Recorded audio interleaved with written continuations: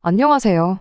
저희 어머니가 살아계셨다면 여기에 이렇게 사연 보내기 전에 저희 어머니라도 붙잡고 하소연 한번 하고 털어버렸을지도 모르겠네요. 아니, 애초에 어머니가 계셨다면 진작에 어떻게 하는 게 현명한 방법일지 조언이라도 들었을 테고 일이 이 지경까지 오는 일도 없지 않았을까 싶어요.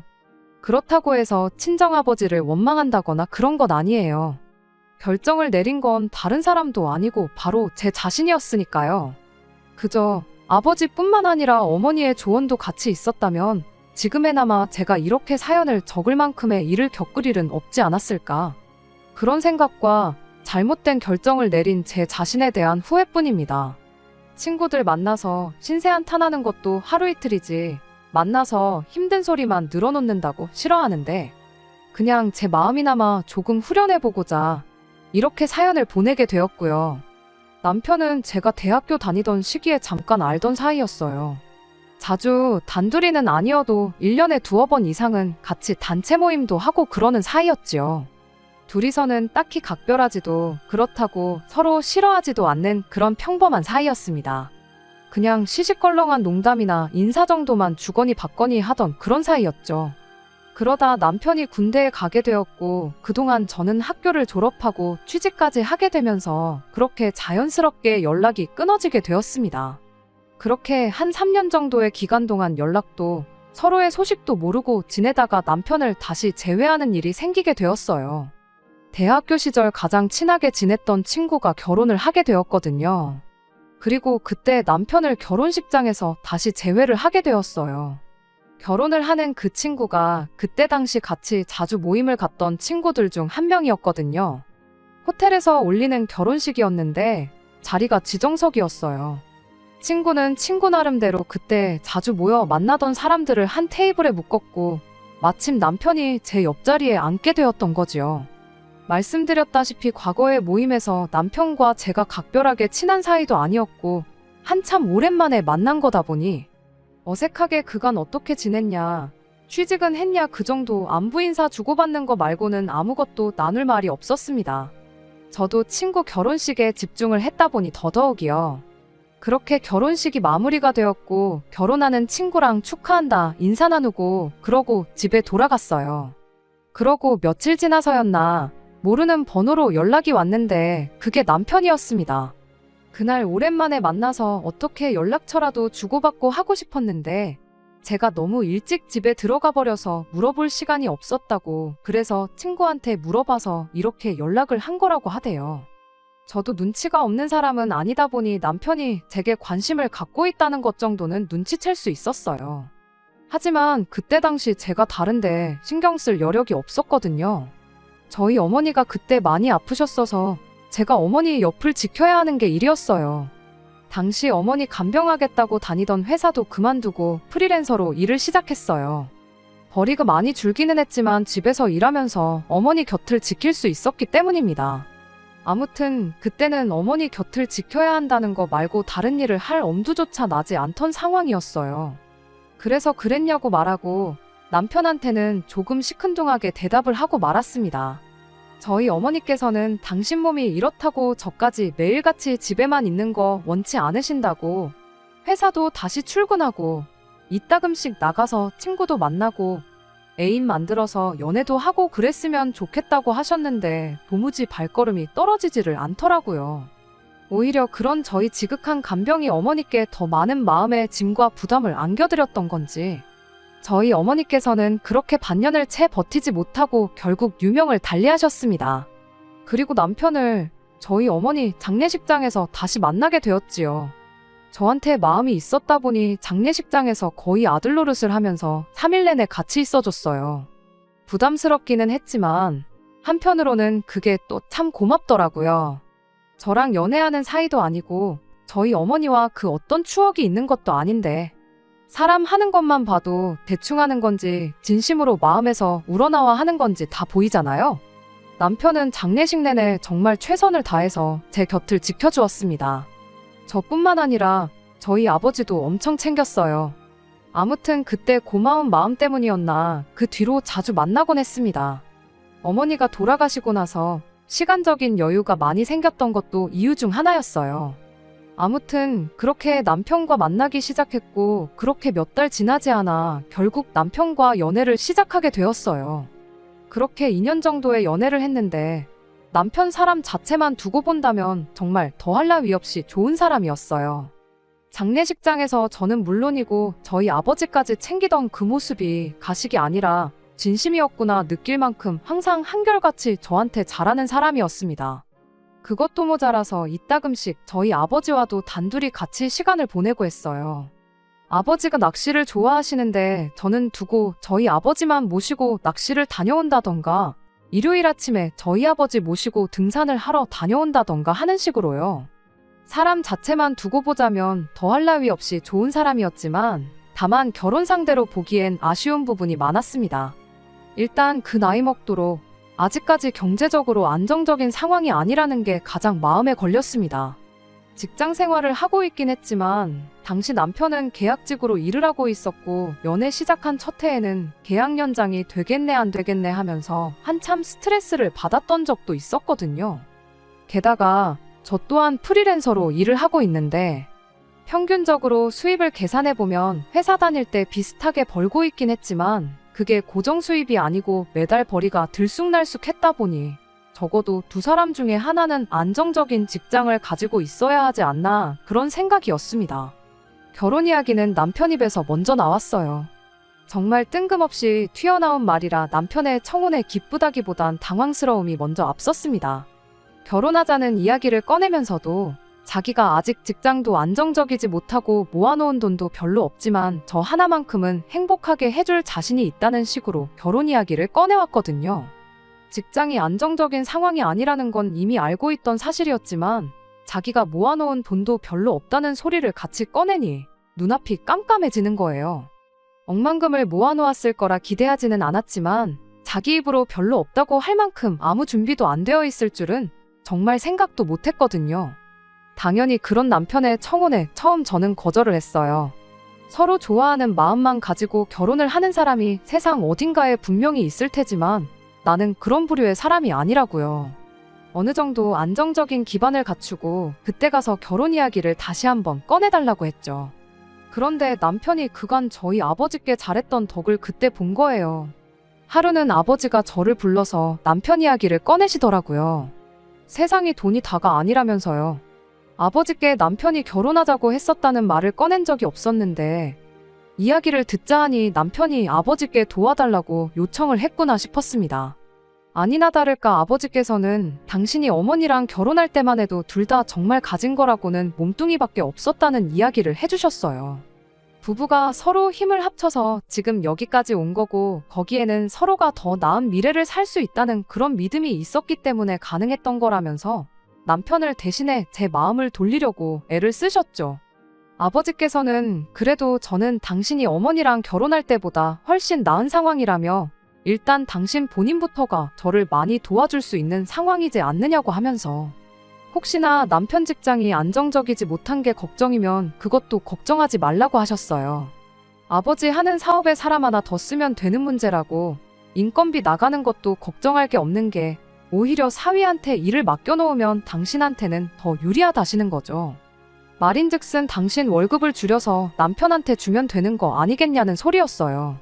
남편이 일을 대신 하는 만큼 당신이 쉬는 날을 늘리면 되는 거라고 돈이 더 드는 일도 아니라는 겁니다. 그리고 제가 빨리 시집을 가야 아버지도 아버지 나름대로 애인도 만나고 어디 놀러 다니고 하는데 제 눈치를 안 보겠냐고 하시더라고요. 어머니 돌아가신 지 얼마나 됐다고 연애냐고 따질 것도 없던 게 아버지가 진짜로 어디 누구를 만나서 연애를 한다던가 재혼 생각이 있다던가 해서 하는 소리는 아니셨어요. 그냥 당신 걱정일랑 하지 말고 좋은 사람 만나는 만큼 빨리 결혼해서 가정을 꾸리라 하는 소리였죠. 아버지 딴에는 남편을 워낙 좋게 보기도 하셨다 보니 충분히 당시 남편을 사윗감으로 점 찍어 놓으셨을 수 있다 생각해요. 다만 어머니까지 같이 계셨다면 좀 더 현실적인 선택을 내리는데 제대로 된 조언을 해주지 않으셨을까 하는 생각이 듭니다. 아무튼 그렇게 아버지의 열화와 같은 응원에 힘입어 결국 남편과 결혼을 하기로 했습니다. 이야기했던 대로 친정아버지 도움을 많이 받게 되었습니다. 다만 아버지 대신 아버지 사업을 맡기는 건 제가 그렇게 하지 말자고 했어요. 남편이 스스로 노력해서 더 좋은 직장을 자기 힘으로 찾게 하는 게 맞는 것 같으니 그 이야기는 정말 마지막까지 가서 아버지 도움이 필요할 때 그때 부탁드린다고 했습니다. 그런데 가진 건 쥐뿔도 없었으면서도 결혼하자는 말을 꺼낼 만큼 매사에 당당했던 남편이 결혼 준비를 막 시작하게 되니 그때부터 갑자기 자신감 없는 모습을 보이기 시작했어요. 식장이라던가 스드메같이 기본적인 거 준비할 때는 아무런 말도 없었는데 저희 아버지께서 저희 살 신혼집을 구해주실 무렵이 돼서 갑자기 그러는 거예요. 괜히 한숨 팍팍 쉬면서 자기가 능력이 없어서 미안하다니 어쩌니 그런 말을 꺼내며 말이죠. 그러다 언젠가 남편이 저한테 부탁하듯 말을 꺼내왔습니다. 저희 집에서 집을 마련해준다는 이야기를 자기 부모님께는 따로 안 했으면 좋겠다고요. 그게 무슨 말이냐 물으니 시부모님이 워낙 사고방식이 옛날 분들이라서 제가 집을 해온다고 하면 분명히 자기가 처가 눈치 보며 살게 되진 않을까 걱정을 하실 거라나요. 제가 만약 반대의 상황이었으면 자식 결혼시키는데 큰 돈 한 푼도 안 들게 생겼으면 오히려 좋은 거 아닌가, 굳이 그렇게까지 생각하실 이유가 있나 그런 생각이 들었어요. 솔직히 탐탁지는 않았지만 워낙에 저한테 미안해하면서 부탁하는 모습이 딱해 보여서 그렇게 하기로 했죠. 집을 제가 제 돈으로 해오는 거라면 당연히 그렇게 하자고는 안 했을 테지만 어차피 집이 제 돈으로 하는 것도 아니고 저희 아버지가 전부 다 해주시는 거였으니 그러자는 남편 부탁을 들어주기로 했던 거예요. 다만 한 가지, 집 명의는 그럼 친정아버지 명의로 하겠다고 했어요. 사실 이게 좀 민감할 수도 있던 이야기라 혹시 남편이 왜 공동명의가 아니냐, 명의가 친정아버지 이름이면 집을 해준 게 아니지 않냐 이런 식으로 따지고 들면 어떻게 해야 할지 고민이었는데 남편이 원하는 거 하나 해주고 제가 원하는 대로 하나 하자 그런 생각도 있었지요.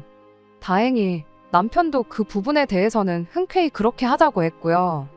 아무튼 그런 원만한 합의 끝에 저희는 그렇게 반년에 결혼 준비 후 식을 올리게 되었고 친정아버지가 마련해준 아파트에서 결혼 생활을 시작하게 되었습니다.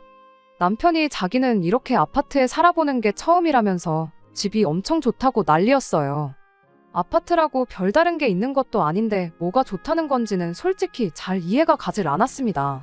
그냥 기분 문제이겠거니 생각했어요. 집들이를 할 때가 되었을 때도 시부모님이 남편과 같은 반응을 보이셨어요. 여전히 뭐가 얼마나 달라서 좋다고 하는 건지는 이해가 가지 않았지만 아무튼 좋다고 저렇게까지 반응을 보이니 마음만큼은 뿌듯하더라고요. 그런데 그러던 와중에 시어머니가 우리 아들이 능력이 좋아서 이런 집에도 다 살게 되었구나 하는데 그 말이 조금 거슬리기 시작했어요.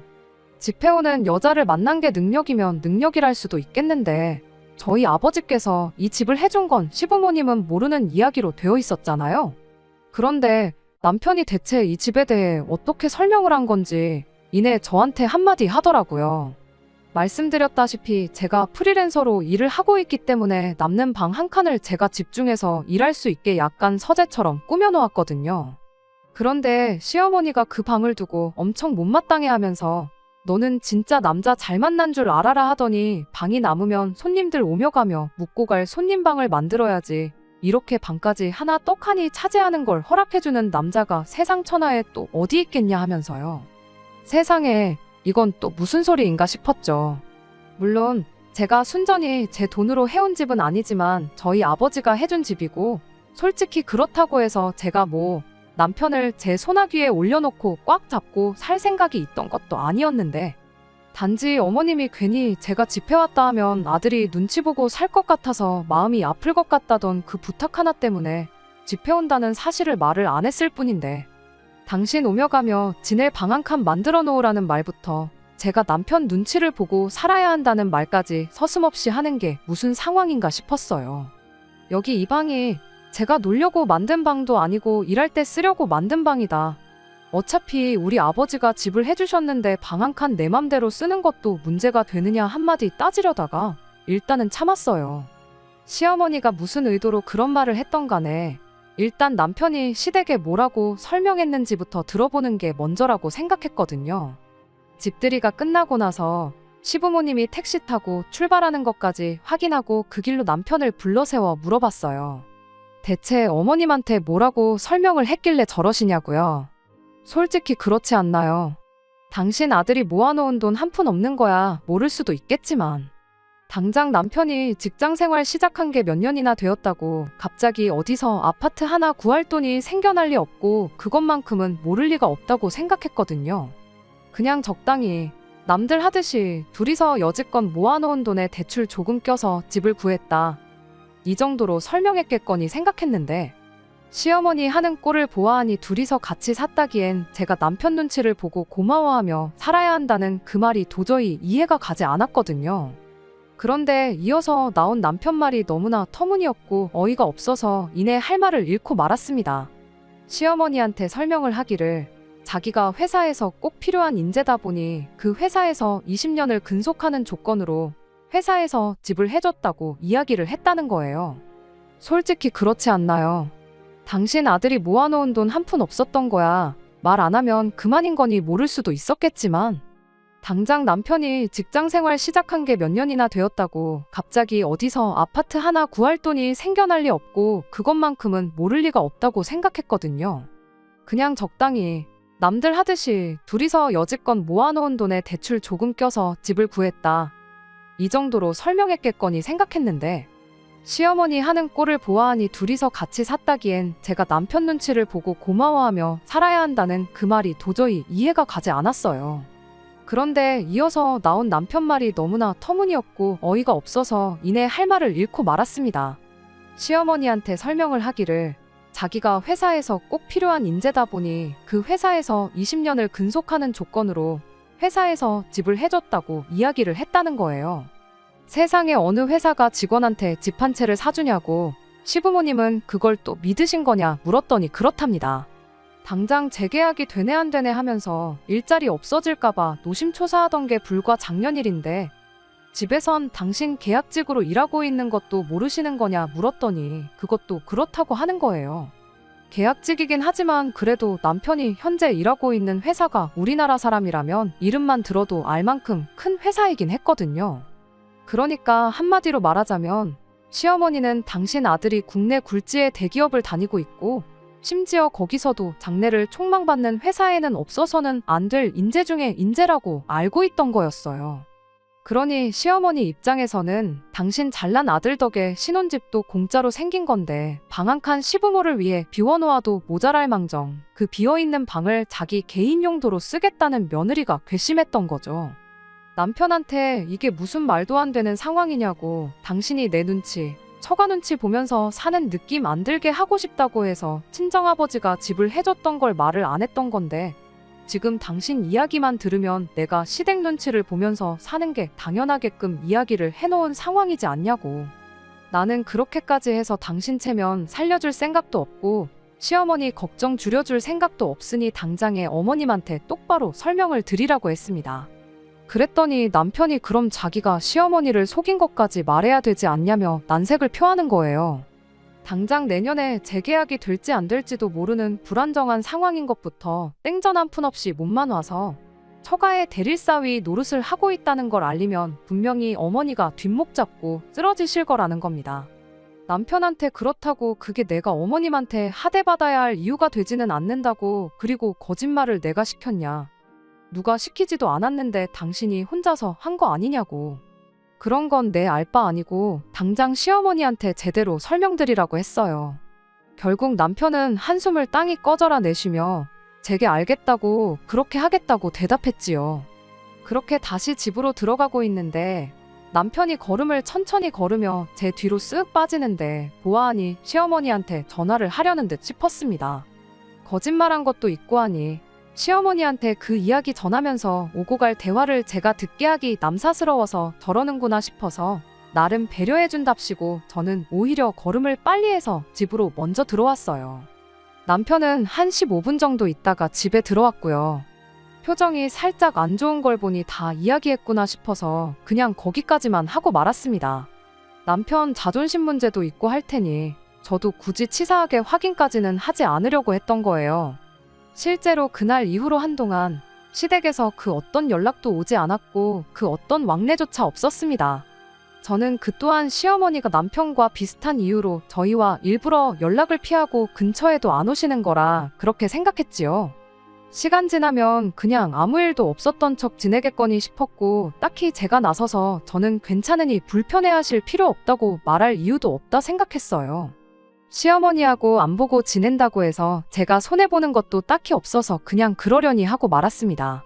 그런데 그런 식으로 한 3, 4개월쯤 지났을 때였나 난데없이 시어머니가 저희 집에 쳐들어왔어요. 연락도 없이 찾아와서는 주차장이니까 얼른 내려와 보라고 무거워 죽겠다고 혼자 이거 다 못 들고 간다고 난리법석을 떨면서요. 저는 무겁다길래 뭐 반찬거리라도 잔뜩 해가지고 오셨나 생각했고 아무 생각 없이 그냥 주차장으로 내려갔어요. 시어머니가 제가 들고 갈 건 뒷좌석에 실려 있으니까 알아서 꺼내오라셨는데 뒷문을 열어보니 다른 게 아니고 커다란 이불 보자기가 하나 있더라고요. 그때까지만 해도 뭐 어디서 쓰던 걸 가져오셨나 그렇게 생각했어요. 그래서 시어머니한테 저희 이불 많다고 이런 거 안 주셔도 된다고 한마디 했죠. 그랬더니 시어머니가 얘가 지금 뭔 소리를 하고 있나 하는 표정으로 저를 쳐다보더니 누가 니 준다고 했냐고 이건 내가 쓰려고 가져온 요라고 대답을 하더라고요. 어머님이 쓰실 요라니 그게 저희 집에 왜 필요하냐고 제가 되물었죠. 그랬더니 요를 왜 가지고 왔겠냐고 맨바닥에서 잘 수 없으니 가져온 거 아니겠냐고 대답을 하는데 이게 무슨 소리인가 싶었죠. 저희 집에서 주무시고 가시려고 그러시냐 뭐 가까운데 약속이라도 있으신 거냐 물었는데 시어머니가 저한테 말하길 우리 아들 얼굴 봐서 참고 있었는데 보자 하니까 안 되겠어서 온 거라고 아주 며느리가 시어머니를 개똥으로 아는 것 같아서 며느리 도리가 뭔지 가르쳐 주려고 온 거랍니다. 요를 가져온 이유도 한동안 저희 집에서 먹고 자고 할 생각이라면서요. 며느리 도리를 가르쳐 주신다니 그건 무슨 말이냐 물었더니 어련히 잘 지내겠거니 생각해서 가만 냅뒀는데 어떻게 며느리라는 애가 시어머니한테 안부 전화 한 통 없고 그럴 수가 있냐시더군요. 그때 딱 무슨 상황인지 감이 오더라고요. 남편이 시어머니한테 또 설명을 안 했다는 걸 말입니다. 시어머니는 다짜고짜 당신 할 말만 끝내고 혼자 엘리베이터 타고 올라갔고요. 이 상황을 어찌해야 하나 혼자 생각하다가 그냥 시어머니가 가지고 온 요는 이불 보자기째로 어머님 차 트렁크 위에 올려놓고 그 길로 저도 집으로 따라 올라갔습니다. 아니나 다를까 제가 빈손으로 집에 들어온 걸 본 시어머니가 이불은 어쩌고 몸만 들어왔냐길래 어머님 차 트렁크 위에 올려놨다고 말하고 남편이 진작에 했어야 할 집에 관한 이야기를 꺼냈어요. 시어머니는 제 말은 들리지도 않는지 이불 걱정부터 하시더군요. 그래서 걱정 말라고 주차장에 카메라가 몇 대고 주차되어 있는 차의 블랙박스도 한두 개가 아니지 않냐. 그리고 요즘 누가 욕 깔고 자냐고. 없어질 걱정은 하실 필요도 없다고 시어머니 말을 잘랐어요. 만에 하나 진짜 누가 가져가서 못 찾으면 제가 더 좋은 걸로 사드리겠다고 했죠. 그리고 제가 하려던 이야기를 마저 꺼냈습니다. 어머님이 아들 처가살이 하는 느낌 받게 하기 싫어서 남편이 비밀로 해달라고 해서 말을 안 했던 건데 이 집에 어머님 아들 돈은 땡전 한 푼 들어간 거 없고 사실 친정아버지가 대출 하나 없이 오롯이 아버지 돈으로 해주신 집이라고요. 맞벌이 하면서 저도 돈 벌고 있고 월급이나마 남편이 저보다 돈 10만 원 정도 더 벌어오긴 하는데 그 돈 10만 원 더 벌어온다고 제가 특별히 호강하는 것도 없다고 한마디 했습니다. 그리고 앞으로 몇 달 뒤에 남편이 계약기간 만료돼서 재계약을 못하면 그나마 돈 10만 원 벌어오는 것도 끝날 수도 있다고 그러니 제가 남편 덕 보고 산다는 말은 그만 해주셨으면 좋겠다고 했습니다. 그리고 남편이 왜 이 사실을 숨겼는지 이유는 저도 모르겠으니 정 궁금하시면 어머님 아들한테 직접 물어보시라 하고 말았어요. 시어머니는 끝까지 저보고 거짓말하지 말라며 제 말을 믿지 않으셨지요. 뭐 그건 어머니로서 남의 집 자식인 며느리보다 자기 자식 말을 믿는 게 당연하다고 생각한다고 다만 제 말이 진실일 경우에는 어머님 말 맞다나 제가 남편 덕을 보는 게 아니고 남편이 제 덕을 보고 호강하고 사는 건데 어머님을 위해 방 한 칸 비워놓을 이유도 없고 며느리 도리를 다 해야 할 이유도 없는 거 아니겠냐 한마디 했습니다. 아들 보고 싶어 오시는데 우리 집에 못 오게 할 생각은 없다고 아무 때고 오셔도 저는 크게 상관없지만 다만 미리 연락은 해주시면 좋겠다 했어요. 그리고 저도 집에서 노는 게 아니고 일을 해야 하니 되도록 주중은 피해주시고 주말이나 빨간 날에만 와주시면 좋겠다고요. 이렇게 말했는데도 불구하고 시어머니는 끝까지 제 말을 안 믿는 눈치였어요. 제가 뭐하러 들통날 거짓말을 하겠냐고. 정 못 믿으시겠으면 그냥 이 길로 등기부등본이라도 한번 뽑아보시라고 했어요. 집이 누구 이름으로 되어 있는지 직접 두 눈으로 확인하시면 되는 거 아니겠냐고요. 시어머니는 바득바득 이를 갈다가 아무 말도 하지 않고 그 길로 혼자 집을 나가버리셨어요. 다시 따로 연락은 없던 걸 보니 트렁크 위에 올려둔 이불보자기는 아무도 손을 안 댔나 보구나 그러고 말았죠. 그런데 한 2시간쯤 있다가 남편이 집에 들어오더라고요. 퇴근 시간이 몇 시간이나 더 남았는데 온 걸 보니 시어머니한테 연락받고 허겁지겁 반차 내고 집에 돌아왔구나 싶었죠. 집에 들어오자마자 저를 원망하는 목소리로 왜 그랬냐며 따지기 시작했어요.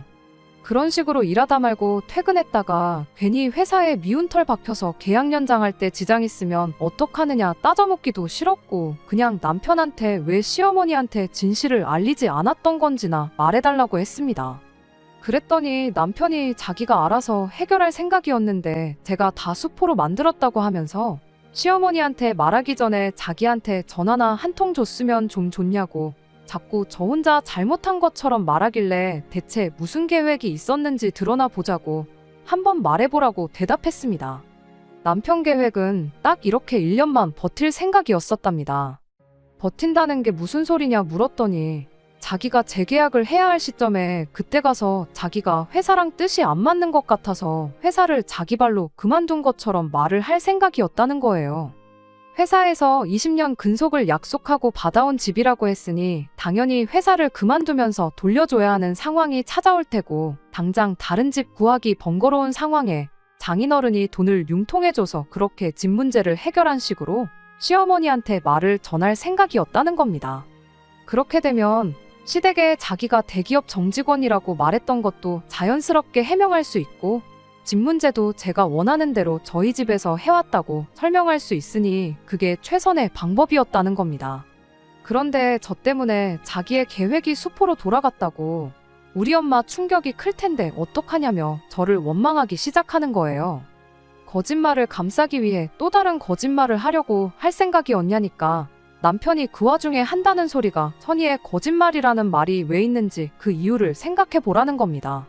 반년하고 조금만 더 기다렸으면 모든 게 원만하게 해결되는 건데 제가 다 망쳐놓았다며 어떻게 할 거냐고 따지고 드는 거 아니겠나요? 앞에 선의가 붙는들 선의의 거짓말은 거짓말 아니냐고. 그리고 반년 조금만 더 버티면 해결된다고 했는데 그럼 그 기간 동안 시어머니를 우리 집에 머물게 하면서 아들 덕보는 며느리 기강 잡는다는 걸 내가 버티고 참아야 했던 거냐고 따져 물었죠. 남편이 말하길 그거 뭐 얼마나 어려운 거라고 그걸 못하겠다고 하냐며 오히려 저한테 따지고 들더군요. 밖에 나가보면 우리 엄마보다 더한 시어머니 세고 셌고 너보다 더 심한 시집살이 견디며 사는 사람들도 있다고. 단 하루도 살아보지도 않고 우리 엄마가 시짜지라는 시어머니라고 단정짓는 게 말이나 되는 소리냐. 우리 엄마가 너한테 엄청 잘해줬을 수도 있는 거 아니냐며 입에 개거품을 무는데 정말 오만정이 있는 대로 떨어지더라고요. 하나를 보면 열을 안다고 이미 애초에 어머님이 내 정신머리 고쳐준다고 찾아왔는데 퍽이나 잘해주셨겠다고. 그리고 나는 분명히 시어머니한테 미리 연락만 해주면 오고 싶을 때 아무 때나 와도 된다고 말했다. 그러니 행여나 내가 시자 붙는다고 무조건 싫다고 하고 집해왔다고 유세 떤다고 생각하지 말라고 했습니다. 애초에 이런 일이 생길 줄 알았으면 당신 체면이고 시어머니 걱정이고 뭐고 생각도 안 하고 그냥 내가 집해온 사실을 알렸을 거다 한마디 했어요. 둘이 같이 대출 갚는다고만 했어도 충분히 우리가 동등한 입장에 서는 건데 마치 내가 당신 덕을 본다는 듯이 말도 안 되게 설명한 건 당신이지 않느냐고. 그러니 그 책임도 당신이 감당하라고 한마디 쏘아붙이고 저는 그 길로 집을 나와버렸습니다. 그리고 곧바로 친정아버지한테 향했죠. 친정아버지가 자초지종을 듣더니 조금 생각이 많아지신 눈치였습니다. 그리곤 아버지가 제게 조언을 해주시길 사위가 거짓말을 한 건 잘못한 게 맞지만 같은 남자 입장에서 보면 이해가 가는 부분도 있다면서 이야기를 꺼내셨지요. 남편이 시부모님이 아들 처가살이 할까봐 걱정된다는 식으로 말은 했지만 또 한편으로는 남편 입장에서 자식 결혼할 때 한 푼도 못 해주는 부모가 집 한 채 턱하니 해준 사돈 앞에서 얼마나 주눅이 들겠나 생각할 수도 있지 않았겠냐는 거예요.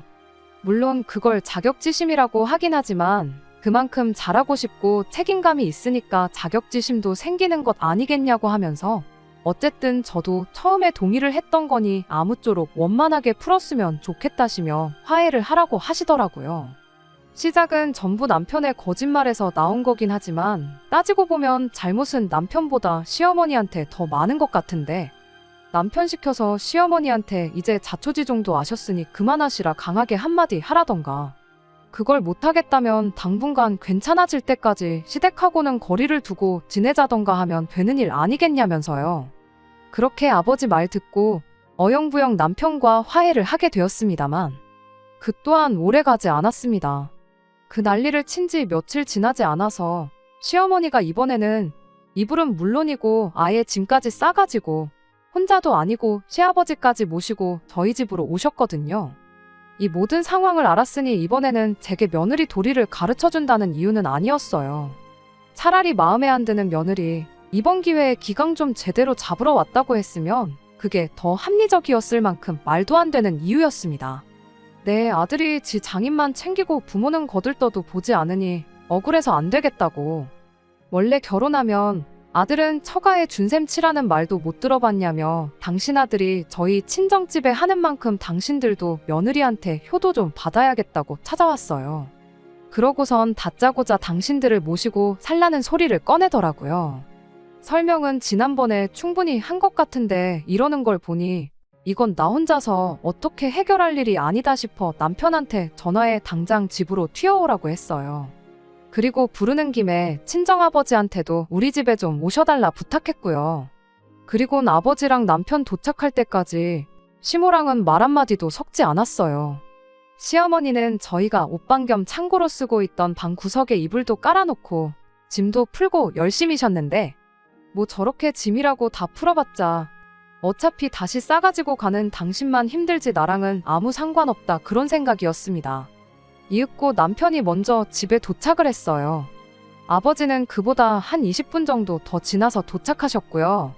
남편이 먼저 도착하고 나서 어떻게 상황을 수습해보겠다고 있었는데 남편한테 우리 아버지도 오신다고 했으니 오실 때까지 아무것도 할 필요 없다고 한마디 해주고 그냥 가만히 기다리라고 했죠.